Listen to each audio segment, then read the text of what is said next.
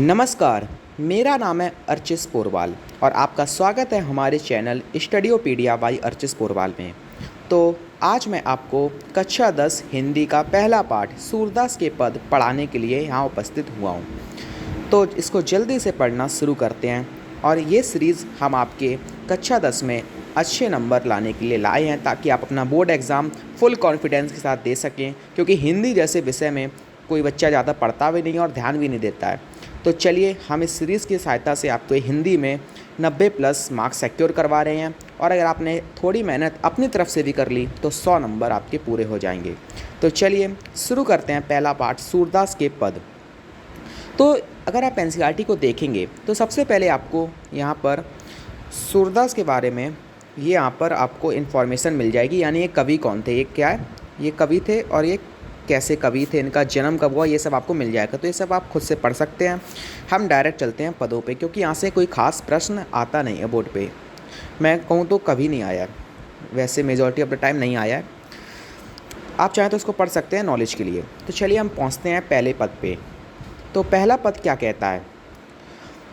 पहला पद कहता है कि ऊधो तुम हो अति बड़ भागी, अपरस रहत सने तगाते नाहिन मन अनुरागी, पुर इन पात रहत जल भीतर तारस देह न दागी, ज्यों जल माहन तेल की गागरी बूंद न ताको लागी, प्रीत नदी में पाँव न बोरियो दृष्टि न रूप परागी, सूरदास अविला हम भोरे गुर चाटी जो पागी। तो यहाँ पर ये हमारा पहला पद है। अब इस पहले पद को हमने पढ़ तो लिया है, अब समझते हैं कि पहला पद हम पे क्या रहा है। तो पहला पद हम पे बोलता है कि ऊधो तुम हो अति बड़भागी। अब ये जो बड़भागी शब्द है ना, इसका मतलब आपका होता है भाग्यशाली। इस बड़भागी शब्द का मतलब आपका भाग्यशाली होता है। तो इस बड़भागी का शब्द का मतलब है भाग्यशाली, यानी कि हम पे कहा जा रहा है कि ऊधो तुम तो बहुत ज़्यादा भाग्यशाली हो। कौन कह रहा है? तो गोपियाँ जी उद्धव से कह रही हैं। गोपियाँ उद्धव से कह रही हैं उद्धव तुम तो बहुत भाग्यशाली हो। पर ऐसा क्यों भाग्यशाली कह रही हैं? तो आगे पढ़ते हैं। अपरस रहत सने तगाते नाहिन मन अनुरागी। तो ये भाग्यशाली इसलिए कह रहे हैं कि तुम्हारे मन में ना ही श्री कृष्ण के प्रति स्नेह है, ना ही उनके प्रति अनुराग है। अनुराग का मतलब होता है प्रेम। यानी ये कहना असल में ये चाहती हैं कि राइटिंग यहाँ पर थोड़ी गड़बड़ हो सकती है क्योंकि मैं अपने हाथ से ही लिख रहा हूँ। तो ये कहना गोपियाँ यहाँ पर ये चाहती हैं कि तुम्हारे अंदर तुम श्री कृष्ण के इतने समीप रहते हो तो भी तुम्हारे अंदर श्री कृष्ण के लिए ना ही कोई प्रेम है, ना ही कोई अनुराग है। और इसलिए वो कह रही हैं कि तुम कितने भाग्यशाली हो कि तुमने प्रेम को आज तक देखा ही नहीं है। आगे पढ़ते हैं। पुर इन पात रहत जल भीतर तारस देह नदा की, यानी जिस प्रकार पुरेन मतलब पता है आपको, कमल। जिस तरीके से कमल का पत्ता जल के भीतर रहता है और उसमें कोई भी बूंद नहीं लगती, उसकी पंखुड़ियों को कोई भी बूंद नहीं लगती, उसी प्रकार तुम भी कृष्ण के समीप रहते हुए भी तुम पर श्री कृष्ण का प्रेम का कोई असर नहीं हुआ है। आगे बढ़ते हैं।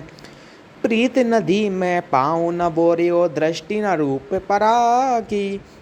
यहाँ पर बोला जा रहा है कि प्रीति यानी प्रेम की नदी में पाँव न बोरियो, यानी पाँव मत बोरना, दृष्टि न रूप परागी। पराग का मतलब यहाँ पर सुंदरता से ही है कि ना ही उनकी सुंदरता की ओर दृष्टि की करना।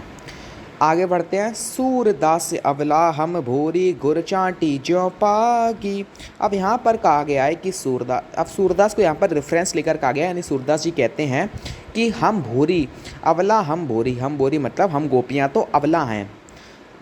गुर चाटी ज्यों पागी, जिस प्रकार हम चींटियाँ गुड़ के पास जाती हैं और उसी में चिपक कर मर जाते हैं, उसी प्रकार हम भी श्री कृष्ण के प्रेम में उनके पास जाते हैं और उन्हीं के प्रेम के बस यहाँ पर दुख भोग रहे हैं। आगे आपको पता चलेगा, क्योंकि यह पूरा सीक्वेंस यहाँ पर बना कैसे।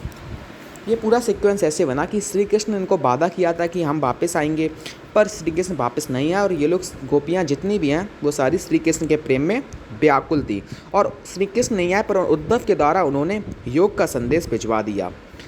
तभी गोपियाँ जब उद्धव योग का संदेश लेकर आए तब ये वाक्यांश बना। अब दूसरा पद पढ़ते हैं। मन की मन ही मांझ रही कहिए जाई कौन पे ऊदो नाही परत कही, अवधि आधार आस्यावन की तन मन बिथा सही। अब इन जोग संदेशन सुन सुन बिरहनि बिरह दही, चाहती होती गुहार जिरई तय उड़ते थार बही, सूरदास अब धीर धरई क्यों मर ज्यादा न लही। अब यहाँ पर क्या बोला जा रहा है, तो यहाँ पर यह बोला जा रहा है कि मन की मन ही मांझ रही, यानी मन की बात मन में ही रह गई। कहिए जाई कौन पे ऊदो, यानी ऊधो बताओ कि हम अपनी बात किससे कहें, क्योंकि श्री कृष्ण यहाँ पर है नहीं। ना ही परत कही, अवधि आधार आस आवन की, यानी उनकी जो अवधि थी वही आधार थी कि अब वो आएंगे, श्री कृष्ण आएंगे, पर उन्हीं की वजह से हमने तन मन बिथा सही, पर अब तुम बता रहे हो कि वो नहीं आएंगे, तुमने योग संदेश लाए हो। आगे पढ़ते हैं। अब इन योग संदेश सुन सुन, यानी अब जो ये योग का संदेश हैं इनको सुन सुन के, विरहनी विरह दही, विरहनी असल में वो होता है जैसे विरहनी एक स्त्री होती है जो कि अपने प्रेमी से बिछड़ गई हो, यानी कि विरहनी है। अब वो दही यहाँ पर बोला जा रहा है कि दही यहाँ पर खाने वाला दही नहीं है, बल्कि जो अंदर ही अंदर आग से हम जल रहे होते हैं उसको बोला गया है, यानी अंदर ही अंदर ये लोग बहुत व्याकुल थी विरहनी। चाहती होती गुहार जिते तय उतते थार बही, अब जहाँ से वह गुहार चाहती थी वहाँ से तो तुमने योग की धारा बहा दी है। सूरदास अब धीर धरई क्यों मर जादा नल्ही, अब बोला गया कि अब हम, ये गोपियाँ कह रही हैं उद्धव से कि अब हम धीर आखिरकार क्यों धरें जब श्री कृष्ण को ही प्रेम की मर्यादा नहीं रही। अगला पाठ, अगला श्लोक पढ़ते हैं, श्लोक नहीं पद कहेंगे हम इसको, अगला पद पढ़ते हैं।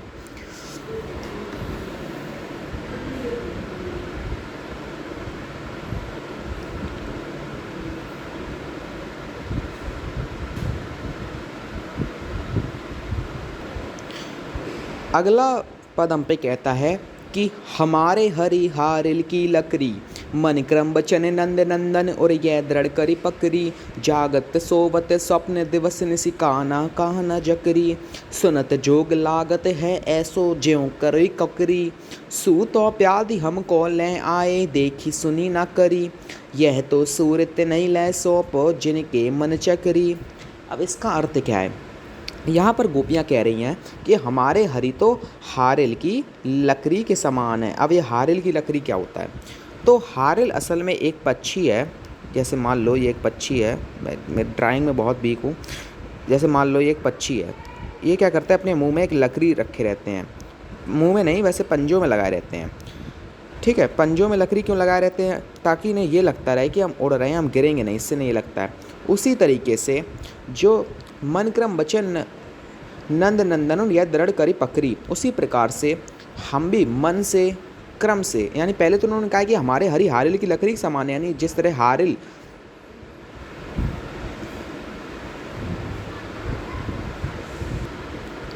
जिस प्रकार से हारिल पक्षी लकड़ी को पकड़े रहता है, उसी प्रकार से हमने भी मन से क्रम से वचन से ये हारी को पकड़ लिया है, दृढ़तापूर्वक। दृढ़तापूर्वक मतलब मजबूती से। जागत सोबत स्वप्न दिवस निसी कहना कहना जकरी, हम जागते हुए सोते हुए स्वप्न में, दिवस यानी दिन में, रात में बस काना ही काना जपते रहते हैं।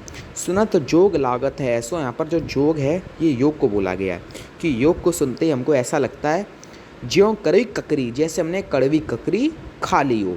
सू तो व्याधि हमको ले आए देखी सुनी ना करी। अब यहाँ पर व्याधि का अर्थ होता है रोग, यानी यहाँ पर अब गोपियाँ कह रही हैं कि उद्धव तुम्हें कैसी व्याधि, कैसा रोग ले आए जिसको हमने ना कभी देखा था, ना सुना था, ना करी यानी कि ना इसको कभी महसूस किया था। यह तो सूर तनई ले सौंपो जिनके मन चक्री, चक्री अर्थ है चंचल, यानी यह सूर उन्हीं को सौंपो जिनके मन चक्री हो, यानी चक्री के समान चंचल हो। हमारा मन तो श्री कृष्ण में स्थिर है। तो ये 3 पदों का मतलब था। आप चौथे पद पे आते हैं। चौथा पद बोलता है कि हरि है राजनीति पड़े आए, समझी बात कहते मधुकर के समाचार सब पाए।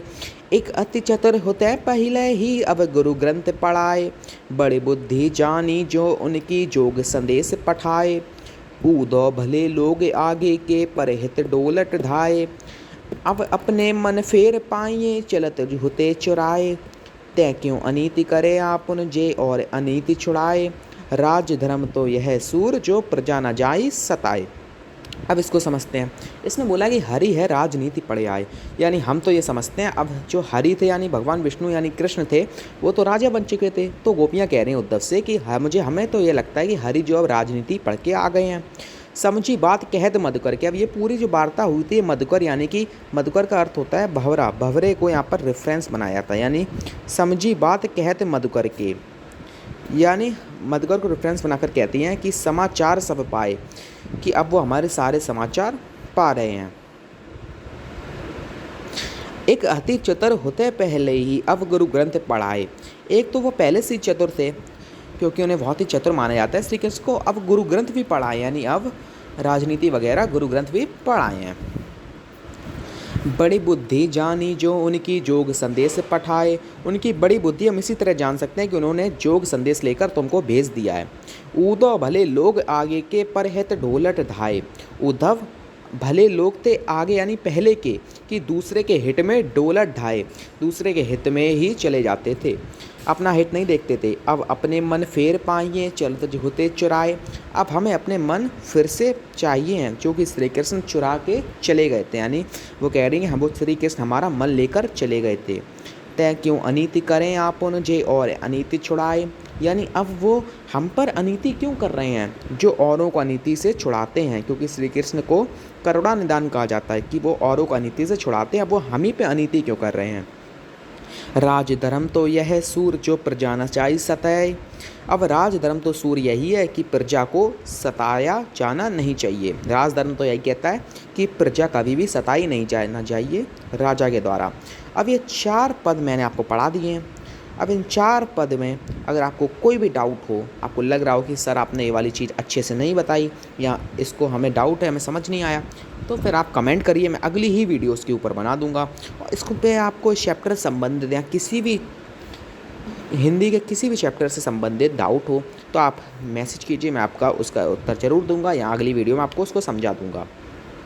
आगे हम मैथ्स, SST, साइंस हर सब्जेक्ट देखेंगे क्लास 10 तक, 1 to 10 हर सब्जेक्ट। अभी मैंने आपको हिंदी का पहला पार्ट पढ़ा दिया है। इसके बाद अगर आप चाहते हैं कि मैं आपको ये प्रश्न अभ्यास भी डिस्कस कर लूँ तो फिर आप हमें बताइएगा, तो अगली वीडियो हम प्रश्न अभ्यास के ऊपर बना देंगे। और कौन सा पार्ट चाहिए आपको, और अगर आपको आगे की पार्ट भी इसी तरह चाहिए हैं तो फिर आप इस चैनल को सब्सक्राइब कीजिए। स्टूडियोपीडिया में आपको फ्री में पढ़ाया जाता है। एक बार हम आपको डिस्कस कर लेते हैं कि आपके कौन कौन से क्वेश्चन आंसर हैं। तो पहला क्वेश्चन है कि गोपियों द्वारा उद्धव को भगवान कहने में क्या व्यंग नहीं थे। आपको पता ही है कि क्या व्यंग नहीं थे। गोपियाँ उद्धव को भगवान इसलिए कह रही थी कि क्योंकि वो श्री कृष्ण के पास रहते हुए भी उनके प्रेम के बस में नहीं आए, यानी उनसे ऐसा प्रेम नहीं करते थे जैसा गोपियाँ करती थी। इसी प्रकार से मैंने आपको पहला क्वेश्चन बताया। इसी तरह से अगर आप चाहते हैं मैं आपके बचे हुए क्वेश्चंस भी बताऊं तो चैनल सब्सक्राइब कीजिए और अगली वीडियो का इंतजार कीजिए। अगली वीडियो में आपके NCERT क्वेश्चंस होंगे। कमेंट्स करिए कि NCERT क्वेश्चंस लाए जाएं। अगर आपका कमेंट हो जाते हैं तो मैं अगली वीडियो में 2 से 12 तक इसी तरीके सारे क्वेश्चन डिस्कस करूँगा और इनके उत्तर भी आपको दे दूँगा। इसके बाद आपको क्लास 10th बोर्ड के लिए हिंदी में कुछ करने की आवश्यकता नहीं है। तो चलिए यहाँ पर अर्चिस पोरवाल साइनिंग ऑफ। और हाँ, कमेंट जरूर कीजिएगा, प्यारा सा कमेंट कीजिएगा और बताइएगा कि हम अपनी वीडियोज़ में क्या और अच्छा कर सकते हैं, क्योंकि मैं एक फ्रेशर हूँ तो आप मुझे बताएंगे जिससे मैं और अच्छा कर सकता हूँ। कोशिश कर रहा हूँ कि यहाँ पर इंडिया के बच्चों को फ्री में पढ़ा पाऊँ। तो here Archis Porwal signing off with a theme.